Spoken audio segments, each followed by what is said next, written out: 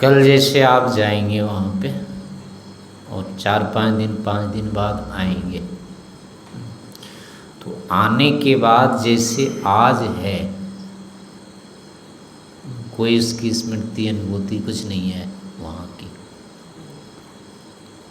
तो ऐसे ही जिस दिन आएंगे वहाँ से यहाँ, क्या उस दिन ऐसा संभव है कि ऐसा ही रह जाएगा, वहाँ गए ही नहीं ऐसा लग जाए? उसमें ये तो नहीं हुआ कि दोबारा वहाँ जाना चाहिए, नहीं हुआ ना। अगर ऐसा होता है तो है वो हानिकारक, तो समझो उसकी परत बैठ गई। और ऐसा यदि नहीं होना तो वही तो है ये स्थिति।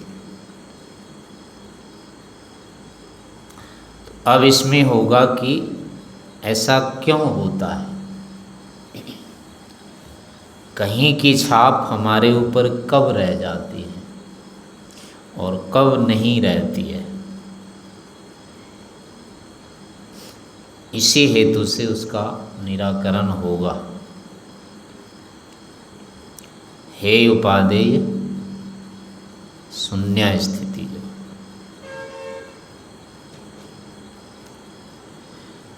यदि आपको वहाँ कोई भी वस्तु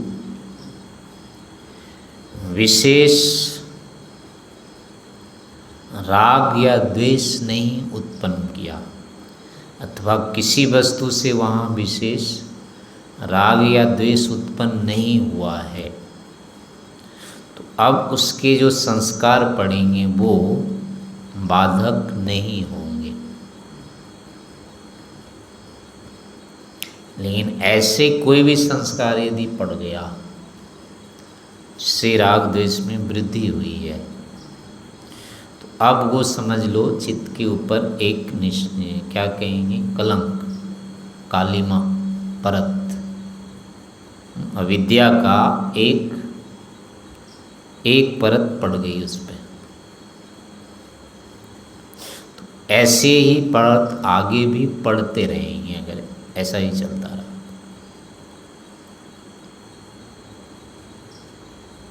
अब तक न जाने कितने बार हम ऐसे स्थानों में जा चुके हैं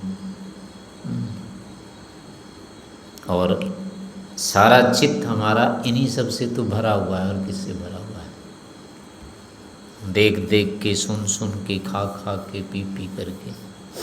और भरा क्या है यहाँ पे? वही तो भरा हुआ है, और वही भरा हुआ दोबारा भरने कह रहा है, तो ये एक और भर जाएगा फिर। यानी भरने की जो प्रक्रिया रही है ऐसे ही तो रही है ना, और कैसे रही है? मेला देखने जाते हैं तो उसका भर जाता है कि नहीं, संस्कार पड़ जाते हैं कि नहीं? और फिर क्या होता है, दोबारा दूसरे वर्ष फिर चलो, फिर चले गए तो अगले वर्ष फिर क्या होगा, चलते हैं। तो ऐसे ही चलते रहें, अब तक मेला ही तो देख रहे हैं। ये सारा ही संसार मेला ही होता है, और इसको हम देखते रहते हैं, बस हर बार देखना चाहते हैं। किसी भी भौतिक विषय को अगर पुनः प्राप्त करने की, जानने की, भोगने की यदि प्रवृत्ति हो रही है तो निश्चय से उसके पीछे राग द्वेष है। वो राग द्वेष ही हमको यहाँ दोबारे के लिए प्रेरित करता है इस विषय में,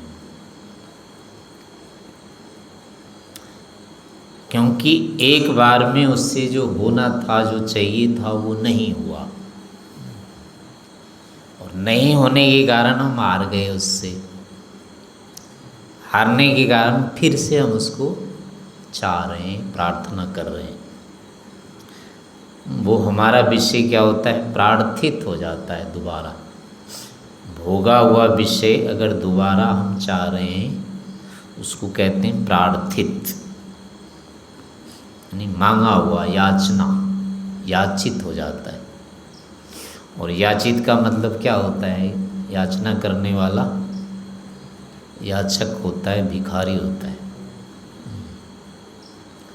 तो इस लौकिक विषय को यदि हम दोबारा चाह रहे हैं तो इसका मतलब है कि हम उसके सामने भीख मांग रहे हैं।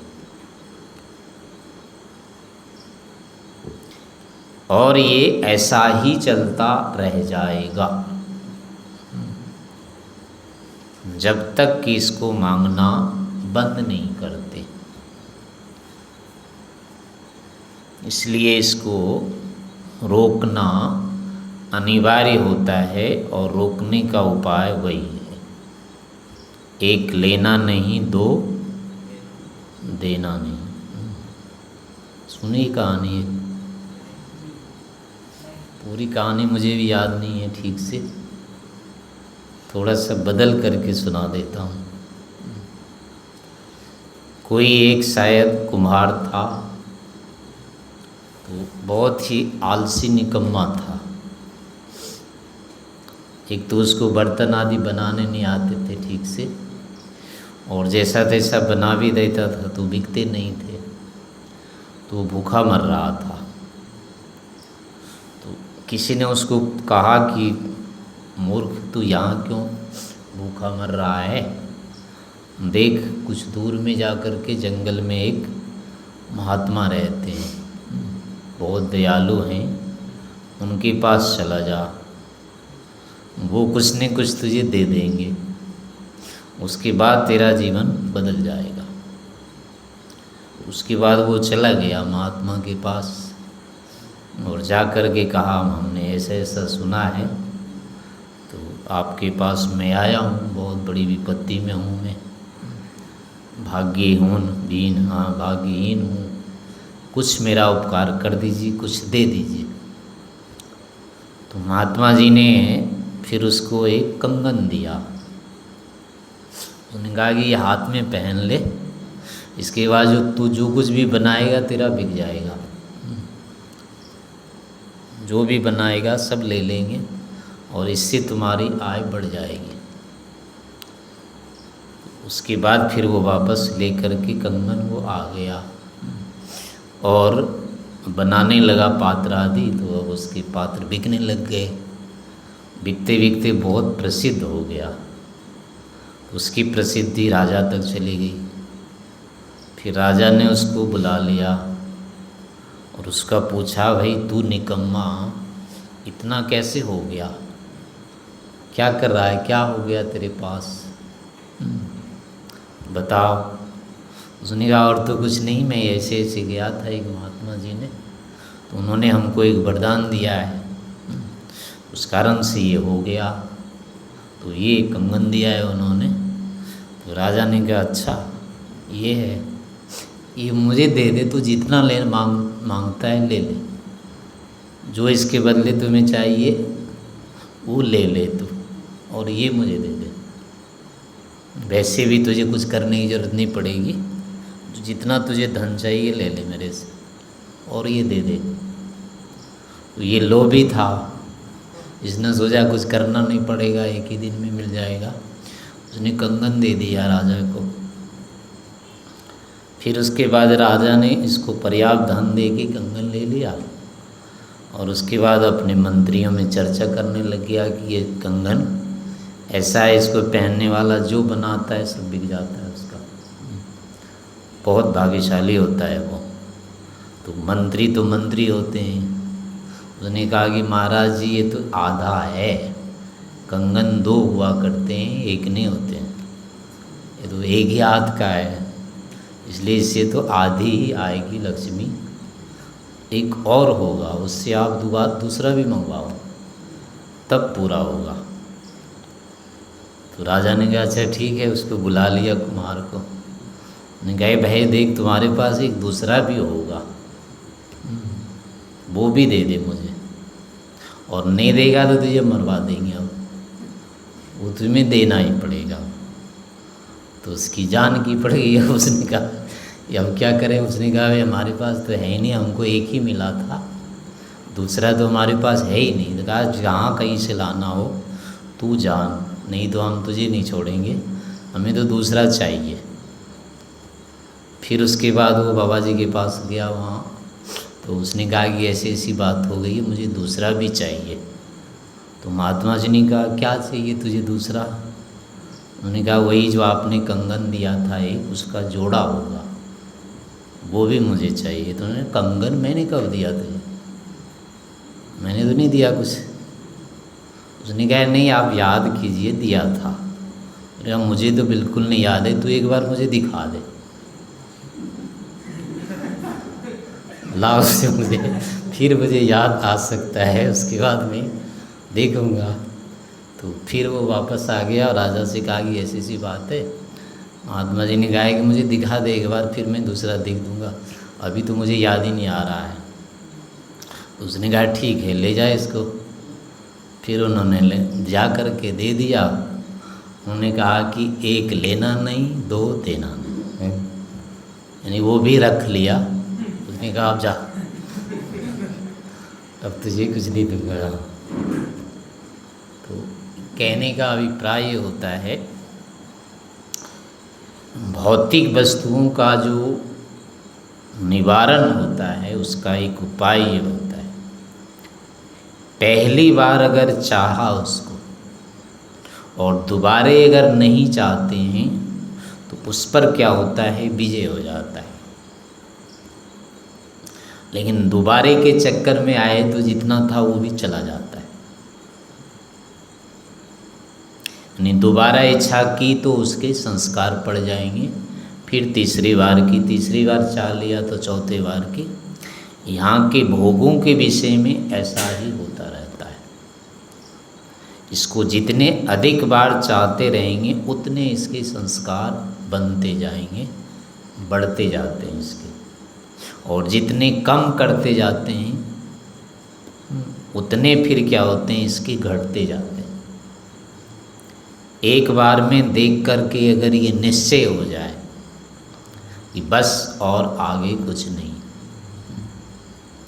यदि ऐसा करते हैं तो समझो वो विजय है। इंद्रिय विजय कहेंगे, मन का विजय कहेंगे, कुछ भी कहेंगे, वो व्यक्ति अब निश्चय से छूट जाएगा। लेकिन दोबारा जिसने इच्छा कर ली वो पकड़ा जाएगा, जकड़ा जाएगा, यानी उसके संस्कार बढ़ जाते हैं। जैसे ही हम भोगों की दोबारा इच्छा कर लेते हैं, हमारे संस्कार हमको अभिभूत कर देते हैं, दबा लेते हैं। इसलिए उसका उपाय यही होता है कि पहली बार में ही उसका आर पार जान लेना चाहिए। अभिप्राय होता है कि जो भी विषय हमको प्रेरित करते हैं, आकर्षित लगते हैं, जिससे हमारा मन पहली बार देख कर के विचलित होता है, तो उसके विषय में अब क्या करना चाहिए, उस विषय पर विशेष निधिध्यासन करना चाहिए। आखिर ऐसा क्यों होता है, ऐसा क्यों हो रहा, या मैं इसको क्यों चाहता हूँ, इससे मेरा क्या हो जाएगा। इन दो कारण होते हैं। एक तो किसी न किसी अपेक्षा से हम उसको चाहते हैं, यानी चाहने से पहले हमारे मन में रहता है कि इससे ये हो जाएगा। जब तक अपने मन में नहीं रहेगा कि इससे ये लाभ होगा, लेने की इच्छा नहीं हो सकती है, असंभव है। लेकिन ये हो जाएगा इसका पता नहीं चलता है। यानी क्या मान करके हम विषय को ग्रहण करते हैं, अगर उसका ज्ञान नहीं रहे तो निश्चय से अब वो विषय क्या होता है, हमारे ऊपर भारी पड़ता है, यानी उससे हम दब जाते हैं। उसका राग हो जाएगा या द्वेष निश्चय होना है उससे हो जाता है। लेकिन अगर उसी विषय को उसका प्रयोजन जान करके प्रयोग करते हैं तो अब उसके संस्कार नहीं पड़ते, यानी उससे संबंधित मिथ्या ज्ञान या अविद्या के संस्कार पुष्ट नहीं होते।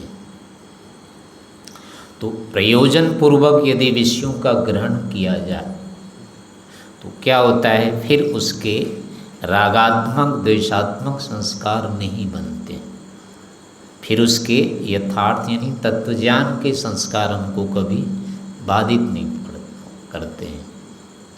और यदि हम बुद्धिपूर्वक उनका प्रयोग कर रहे हैं, अर्थात प्रयोजन को सामने रखते हुए, इससे ये प्रयोजन सिद्ध होता है और इसलिए हम इसको ग्रहण कर रहे हैं, ऐसे इससे ये हानि हो रही है इसलिए हम इसका परित्याग कर रहे हैं।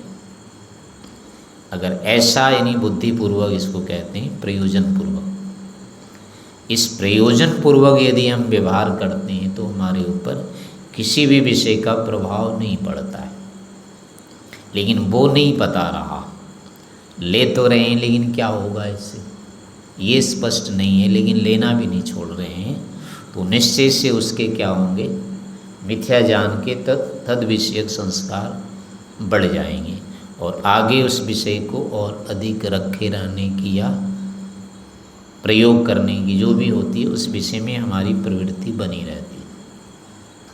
तो प्रायः लौकिक विषय जितने भी होते हैं उसमें या तो सुख होता है या दुख होता है, हमारे दो ही प्रयोजन होते हैं, तीसरे कोई प्रयोजन नहीं होते। और इन्हीं दोनों का हमको केवल ज्ञान नहीं होता है, इनसे अतिरिक्त जितने भी प्रयोजन रहेंगे सभी का परिज्ञान होगा।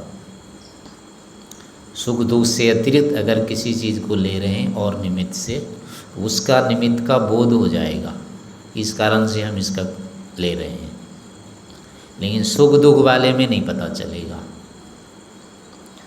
जैसे भोजन के लिए है, भूख लगी हुई है, तो पेट भरने के लिए यदि खा रहे हैं तो उसके संस्कार नहीं पड़ेंगे,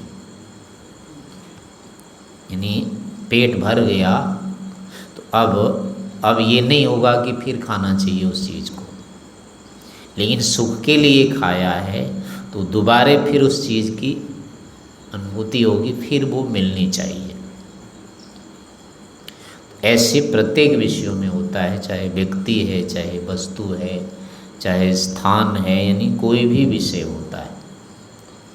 यदि वो उसको देख करके हमको कोई आश्चर्य हुआ, कोई कौतूहल हुआ, डर लगा, भय लगा, संकोच हुआ, लज्जा हुआ, यानी कोई भी ऐसी जो चित्त को आंदोलित करता है, चित्त को स्थिर नहीं रहने दिया है जिसने, तो ऐसे विषय के बारे में फिर कालांतर में, यानी जब व्यवहार काल में तो काम करना पड़ता है, लेकिन कालांतर में उसको देख लेना चाहिए कि इसने हमको बाधित किया था।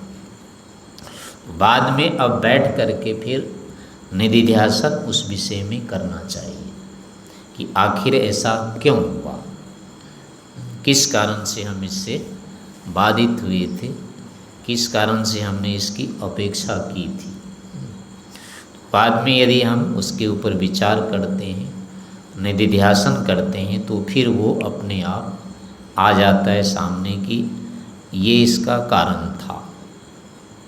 तो ऐसे बार बार प्रायः हम विषयों के खाते हैं, पीते हैं, देखते हैं, सुनते हैं, तो इनमें जिनसे भी प्रभावित होते हैं उनमें ये दो परिणाम मुख्य रहते हैं, या तो हम विशेष सुखी होते हैं या विशेष दुखी होते हैं उससे। तो इन्हीं दोनों के संस्कार हमको बाधित करते हैं, दोबारा हमको उससे जुड़ने के लिए बाधित करते हैं। लेकिन अगर ये दो परिणाम नहीं आए हैं तो जुड़ने के लिए वो बाधित नहीं करते। मान लो वस्तु पुनः सामने आ गई तो अब जितना वर्तमान काल से संबंधित व्यवहार हैं उतने हम उससे कर लेंगे, आगे पीछे की उसकी अपेक्षा नहीं रखते। लेकिन जिससे दबे हैं या उठे हैं, आंदोलित हुए हैं, उसके साथ वर्तमान काल से संतुष्टि नहीं होती, एक बार से नहीं होती, कई बार उसके साथ हम ऐसे ही जुड़ कर के रहना चाहते हैं। तो ऐसी स्थितियाँ मतलब लौकिक विषयों के बारे में ऐसा ही रहना चाहिए, जहाँ कहीं भी हमको लगा कि ये तो बहुत अच्छी चीज़ है, ये ले लेनी चाहिए, तो निश्चय से उसी समय या तो ढूंढना चाहिए कि क्या मिलेगा इससे, क्यों लेना चाहिए, इससे क्या हो जाएगा, अभी तक हमको ऐसी कोई चीज़ मिली या नहीं मिली है, मिली है तो उससे क्या हो गया, अब तक हमारे पास है, उससे क्या स्थिति बनी, और अगर ऐसी अच्छी सी चीज़ कभी नहीं मिली, उससे हम वंचित रह गए, तो हमारा क्या चला गया, हम अभी भी उसके बिना हैं या नहीं हैं। इस तरह से उसके बारे में अगर अपेक्षित वस्तु नहीं मिल पाई, उसके लिए पश्चाताप रहता है, लालसा बनी रहती है, तो उस विषय में भी यही निधिध्यासन करना चाहिए कि अगर वो नहीं मिला तो क्या बिगड़ गया हमारा। कई बार ऐसा होता है ना, लगता है कि चूक गए, मिल जाता तो अच्छा रहता, देख लेता तो अच्छा होता, अरे मैं तो रह गया। तो ऐसे पता नहीं कितनी बार हुआ है अब तक, लेकिन इतना होने के बाद भी हैं तो वैसी की वैसी, वहीं के वहीं हैं, क्या हो गया। ऐसी कई चीज़ें हो गई जो मिल गया और एकदम से हम वो हो जाते हैं, निहाल हो जाते हैं। तो ऐसी कई चीज़ें कई बार मिली है, ऐसी स्थितियाँ कई बार आई, लेकिन उसके बाद यही तो खड़े हैं, क्या हो गया। उत्तम से उत्तम यानी कि उपलब्धि होने के बाद भी हम वही रहते हैं, और महान से महान हानि होने के बाद भी हम वही रहते हैं। हमारे में कोई अंतर स्वरूपतः नहीं होता है। इसलिए जितना अंतर होता है या परिणाम होता है, केवल वो सुख दुख मोह तक ही होता है। इतने रूप में ही अंतर होते रहते हैं। हम जैसे थे, जहाँ थे, वहीं के वहीं रहते हैं। तो उस काल में जब हम आकर्षित प्रभावित होते हैं, अभिभूत होते हैं, उस काल में फिर ऐसे तुलना करनी चाहिए, क्यों हो रहा है ऐसा, यानी क्या मिलेगा इससे, क्या इससे चला जाएगा, मैं क्यों इसको चाह रहा हूँ, क्या कर लूँगा इससे। पूरा आगे पीछे सारा इतिहास उसका निकाल करके अपने साथ, दूसरे के साथ, जहाँ कहीं भी घटी ये घटना हो, सभी के साथ मिला करके देख लेना चाहिए कि अंतिम परिणाम इससे क्या होता है, अभी तक क्या परिणाम आया है। यदि इतना हम उस विषय के बारे में सोचने में समर्थ हो जाते हैं, इतनी तुलना अगर हम कर लेते हैं उसी काल में, तो निश्चय से उस वस्तु का कोई प्रभाव नहीं होगा अपने ऊपर। लेकिन इतना अगर नहीं कर पाते हैं तो वो हो जाएगा, फिर उससे नहीं बचेंगे। तो इस प्रकार से अभ्यास की स्थिति होती है। जैसे जैसे हमारा ज्ञान विज्ञान आगे बढ़ता रहता है, ये स्थितियाँ आती जाती हैं, और जब तक ज्ञान विज्ञान कम होता है तो हम इस प्रकार से ही प्रभावित होते रहते हैं। तो इस प्रकार से शास्त्रों को पढ़ते रहना चाहिए, विचारते रहना चाहिए। अलग अलग स्थितियाँ, नई नई स्थितियाँ हमारे सामने आती रहती, तो उसका भी लाभ इस प्रकार से लेना चाहिए। तो ऐसा ही वहाँ पर भी जितना हो सकता है आंतरिक स्थितियों को पकड़े रहने का प्रयास करना है, अपने को हर स्थिति में स्थिर रखना है। काम की अधिकता होगी, क्रोध भी आ जाएगा, कभी कुछ भी हो सकता है, डांट लगेगी और कुछ होगा, तो उसमें खिन्नता नहीं आने देनी। काम की अधिकता होने पर आक्रोश नहीं होने देना। जब ये होने लग जाए तो उसी समय विचार करना है कि ऐसा क्यों, इससे क्या हो जाएगा। तो ऐसे थोड़ा थोड़ा उसमें ध्यान देते रहेंगे तो इतनी बाधा नहीं आएगी, और कालांतर में देखेंगे कि हम इससे अधिक प्रभावित नहीं हुए जहाँ की तहाँ स्थिति हुई। और अगर ऐसा होता है तो बहुत अधिक प्रसन्नता होगी, चित्त एक प्रकार से समाहित रहेगा, बाधित नहीं होगा। तो इस प्रकार से आगे प्रयास करना है।